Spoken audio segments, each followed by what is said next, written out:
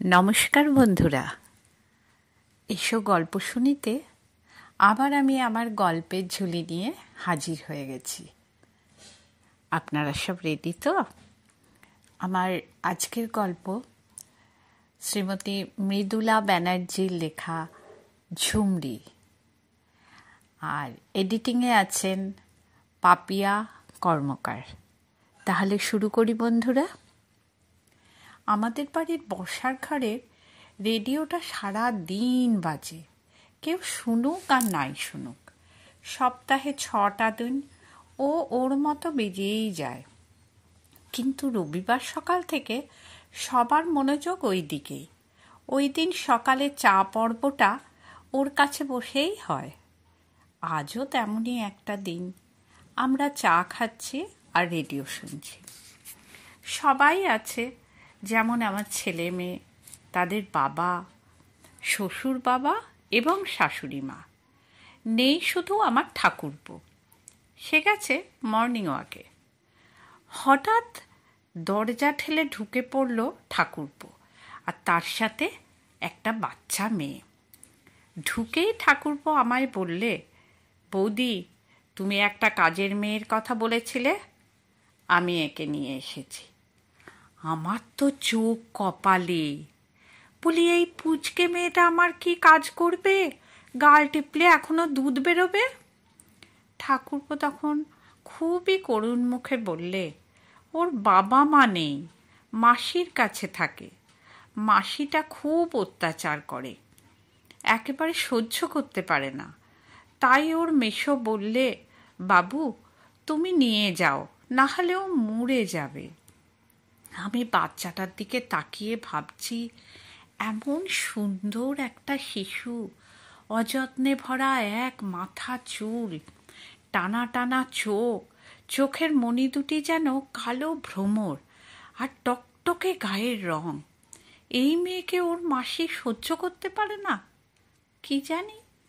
হঠাৎ দেখি বাচ্চাটা খুব কাঁদছে। আমার শাশুড়ি বললেন, বৌমা, ও এত কাঁদছে কেন? আমি কি করে জানবো? চিন্তায় তখন আমার মাথায় আকাশ ভেঙে পড়েছে।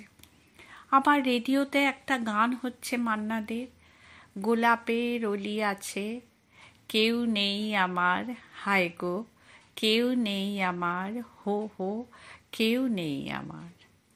আমার মেয়েরও হাত ধরে, আমার মেয়ে ওর হাত ধরে ওকে ঘরে নিয়ে গেল। আর আমি ঠাকুরপোকে বললাম, ওর দুটো জামা প্যান্ট এনে দাও, চান করাতে হবে তো। আমার ঠাকুরপোর খুব মাছ ধরার নেশা। জামাগুলো এনে দিয়েই ছুটল বন্ধুদের সাথে মাছ ধরতে। আর আমি ভাবছি, কি সর্বনাশ আমার হলো। সপ্তাহে 6টা দিন স্কুল ব্যস্ততার শেষ নেই, এই মেয়ের দেখভাল আমি কি করে করব? দুপুরবেলা মা বললেন, বৌমা ওকে খেতে দাও, আমাদের খেতে দেরি হবে তো, বাচ্চা মানুষ। সেই মতো আমি ওকে খেতে দিয়ে রান্নাঘরে গেছি।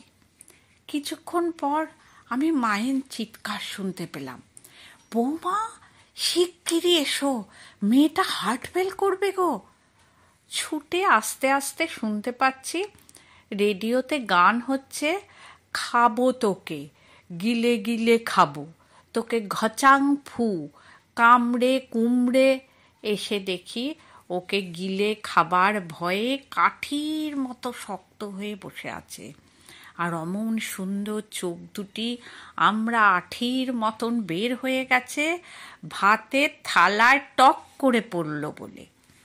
কোনো রকমে সরিয়ে নিয়ে এসে বলি, ওরে রেডিওতে গান হচ্ছে, ওটা সত্যি নয়, তোর কোনো ভয় নেই, তোকে কেউ খাবে না। মেয়েকে বলি, ওকে ভাত খাইয়ে ঘুম পাড়িয়ে দে। এই বলে আমি আমার কাজ করতে গেলাম। আজ রবিবার, সারা সপ্তাহের সমস্ত কাজ আজই করতে হয়। মনে মনে ঠাকুরপোকে এক হাত নিয়ে নিলাম। বিকেলবেলা ছেলে এসে বলল, মা, বোন আর ঝুমরিকে নিয়ে পার্কে ঘুরে আসছি। ও মা, তাই তো? ওর নামটাই তো জানা হয়নি। বলি, ওর নাম ঝুমরি তোকে বলল? ছেলে বলল, হ্যাঁ মা, খুব কথা বলে। পার্ক থেকে ফিরে ছেলে মেয়ে পড়তে বসে, আর ঝুমরি ওদের সামনে চুপ করে বসে থাকে। 8টার সময় মা বললেন, বৌমা, বাচ্চাটাকে খেতে দিয়ে দাও। ভাত নিয়ে এসে দেখি মা ওকে বলছে, কাঁদিস নে মা, রেডিওয়ে নাটক হচ্ছে, তোকে বলেনি। শুনছি রেডিও থেকে ভেসে আসছে, ঝেঁটিয়ে দূর করে দেবো, উড়ে এসে জুড়ে বসেছে, দূর হ, দূর হ, ঝাঁটা মেরে দূর করে দেবো। এমন সময় ঠাকুরপো এসে ঢুকলো। আমি খুব রাগ দেখিয়ে বলি, এ কি আমার ঘাড়ে চাপালে ঠাকুরপো? সারা দিন এমনি সময় পাই না, আবার এই রকম একটা। আমার রাগ দেখে ঠাকুরপো বলে, একটা কথা তোমায় বলা হয়নি।